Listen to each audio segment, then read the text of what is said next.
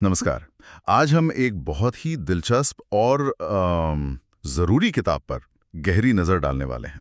ये उन सभी के लिए है जो सीखने की कला में माहिर होना चाहते हैं, चाहे वो छात्र हों, शिक्षक हों या कोई भी जो बस ये समझना चाहता हो कि हमारा दिमाग आखिर काम कैसे करता है।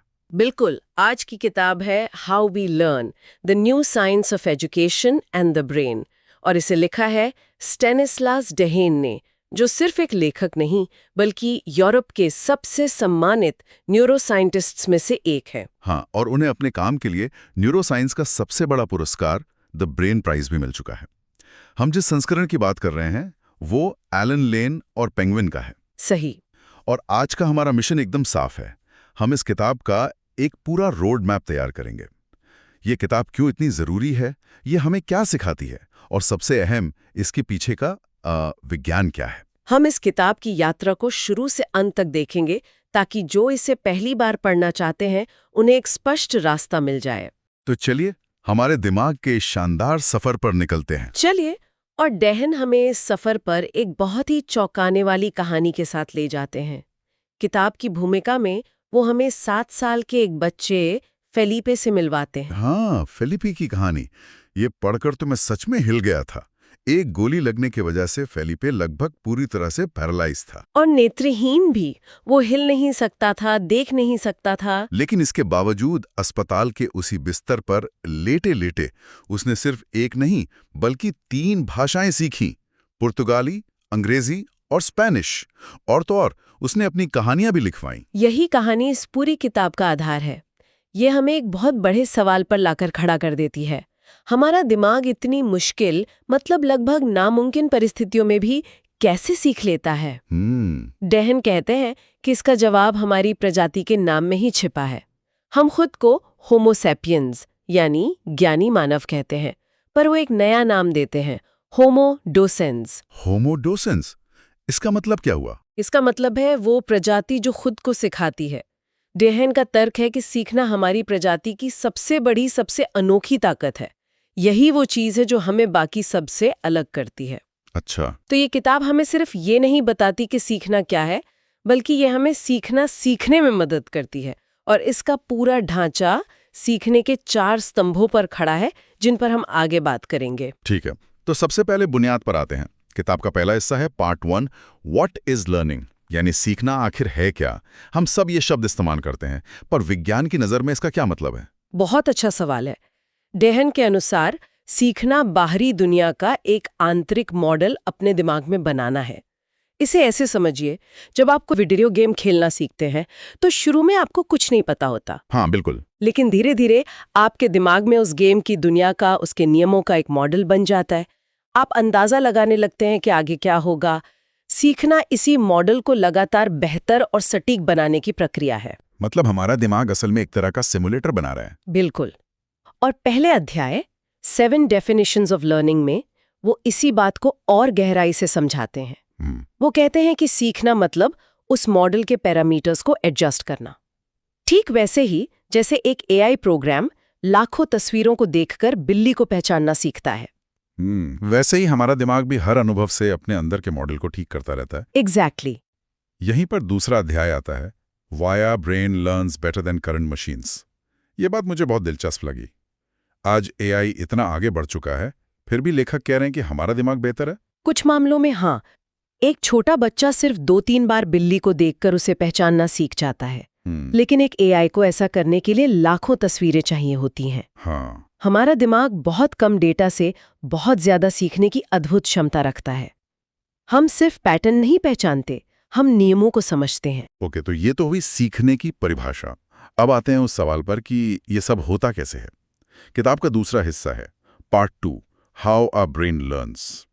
ये हमें सीधे दिमाग की वायरिंग के अंदर ले जाता है। हाँ, और इसकी शुरुआत एक बहुत बड़े मिथक को तोड़ने से होती है, जो हमें चैप्टर 3 बेबीज इनविजिबल नॉलेज में मिलता है। दशकों से माना जाता था कि बच्चे एक खाली स्लेट या ब्लैंक स्लेट की तरह पैदा होते हैं। हाँ, कि उन्हें कुछ नहीं पता होता, हम उन्हें सब कुछ सिखाते हैं। और डेहन कहते हैं कि यह बिल्कुल गलत है। सच तो यह है कि नवजात शिशु भी भौतिकी, गणित और ज्यामिति के बुनियादी नियमों की समझ के साथ पैदा होते हैं। सच में? हाँ, वो जानते हैं कि एक ठोस वस्तु दूसरी ठोस वस्तु के आर पार नहीं जा सकती। वो छोटी और बड़ी संख्याओं में फर्क कर सकते हैं। वो असल में जन्म से ही छोटे वैज्ञानिक होते हैं जो दुनिया के बारे में अपनी थ्योरी बनाते हैं और उसे हर पल टेस्ट करते रहते हैं। तो हमारा काम उन्हें सब कुछ शून्य से सिखाना नहीं, बल्कि जो ज्ञान उनके पास पहले से है उसे तराशना है। यहाँ से अगले अध्याय दिमाग के विकास की बात करते हैं, जिसमें ब्रेन प्लास्टिसिटी का जिक्र आता है। एक मशहूर कहावत है, neurons that fire together wire together. ये न्यूरोसाइंस का एक मूल सिद्धांत है। इसका मतलब है कि हमारा दिमाग पत्थर की लकीर नहीं है, यह अनुभवों से लगातार बदलता है। जब भी हम कुछ नया सीखते हैं या करते हैं तो हमारे दिमाग में न्यूरॉन्स के बीच नए कनेक्शन बनते हैं या पुराने कनेक्शन मजबूत होते हैं। और ये प्लास्टिसिटी बचपन में यानी सेंसिटिव पीरियड्स में अपने चरम पर होती है। बिल्कुल, यही वजह है कि बच्चे कोई भी नई भाषा बड़ों के मुकाबले कहीं ज्यादा आसानी से सीख लेते हैं। लेकिन इस हिस्से का जो सबसे हैरान करने वाला आइडिया है वो चैप्टर 6 रिसाइकल योर ब्रेन में है, न्यूरोनल रिसाइकलिंग हाइपोथेसिस। एक मिनट, अपने दिमाग को रिसाइकिल करें, ये सुनने में तो किसी साइंस फिक्शन फिल्म जैसा लगता है। क्या मतलब है इसका? नहीं, कबाड़ नहीं, बल्कि एक बहुत ही स्मार्ट और कुशल मशीन। ये इस किताब का शायद सबसे क्रांतिकारी विचार है। डेहन कहते हैं कि पढ़ना या गणित जैसी आधुनिक चीजें सीखने के लिए हमारे दिमाग में कोई अलग से बना हुआ रेडीमेड सर्किट नहीं है। क्यों नहीं है? क्योंकि विकास के लाखों सालों में ये चीजें थी ही नहीं, ये तो कुछ हजार साल पहले ही आई हैं। तो फिर हम पढ़ना सीखते कैसे हैं अगर उसके लिए कोई दिमागी औजार है ही नहीं है? तो हम जुगाड़ करते हैं। हम अपने दिमाग के उन हिस्सों का पुनः उपयोग यानी रिसाइकल करते हैं जो विकास के दौरान किसी और काम के लिए बने थे। जैसे कि पढ़ने का उदाहरण लेते हैं। पढ़ने के लिए हमारा दिमाग हमारे विजुअल कॉर्टेक्स यानी देखने के लिए जिम्मेदार हिस्से के एक छोटे से भाग को रिसाइकल करता है। ये हिस्सा पहले से ही चेहरे और आकृतियों को पहचानने में माहिर होता है। हम बस उसे अक्षरों की आकृतियों को पहचानना सिखा देते हैं और फिर उसे दिमाग के भाषा वाले हिस्सों से जोड़ देते हैं। कमाल है। मतलब शिक्षा का असली काम हमारे दिमाग के पुराने सर्किट को नई नई स्किल्स के लिए रीवायर करना है। मुझे याद है जब मैंने पहली बार कार चलाना सीखा था तो शुरू में पैर और हाथ कहाँ रखने हैं ये समझना ही एक जंग थी। तो क्या मेरा दिमाग उस वक्त स्पेस समझने वाले अपने पुराने सर्किट को ही रिसाइकिल कर रहा था? बिल्कुल, आप अपने दिमाग के उस हिस्से का इस्तेमाल कर रहे थे जो आपको ये बताता है कि चीजें आपके आसपास कहाँ है, और उसे एक नई स्किल यानी कार चलाने के लिए रीट्रेन कर रहा था। इस एक आइडिया ने ही शिक्षा को देखने का मेरा नजरिया बदल दिया। पर सवाल यह है कि ये सब जानने का फायदा क्या है?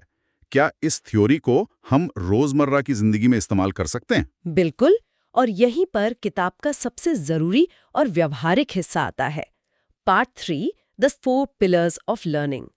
डेहन यहाँ सीखने के 4 ऐसे प्रमुख स्तंभों की पहचान करते हैं जो सीखने की गति और असर को कई गुना बढ़ा देते हैं।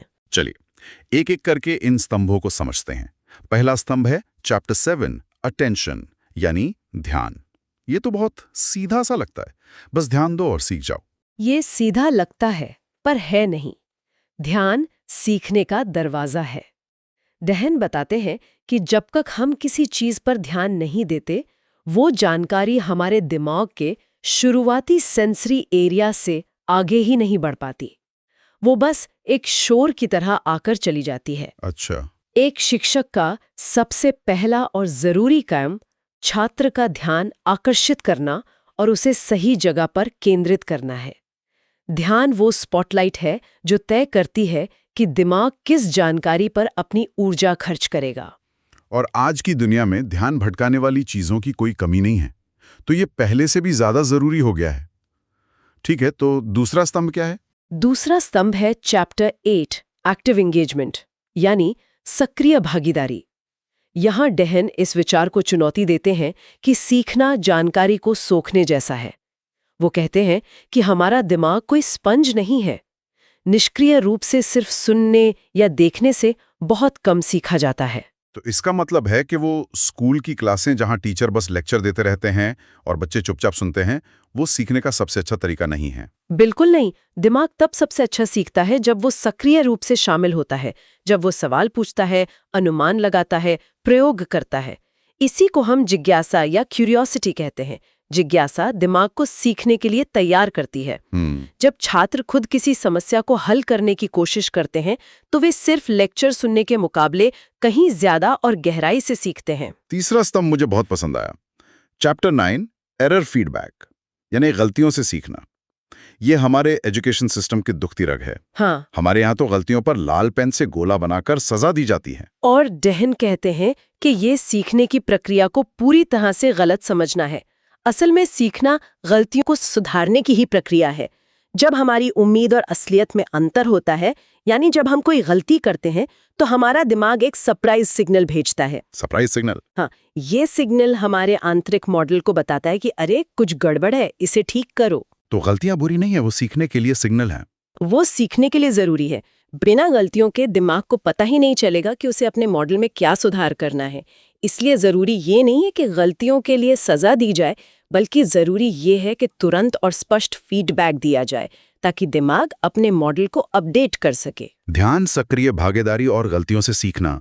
अब चौथा और आखिरी स्तंभ क्या है? चौथा स्तंभ है चैप्टर 10 कंसोलिडेशन, यानी ज्ञान को पक्का करना।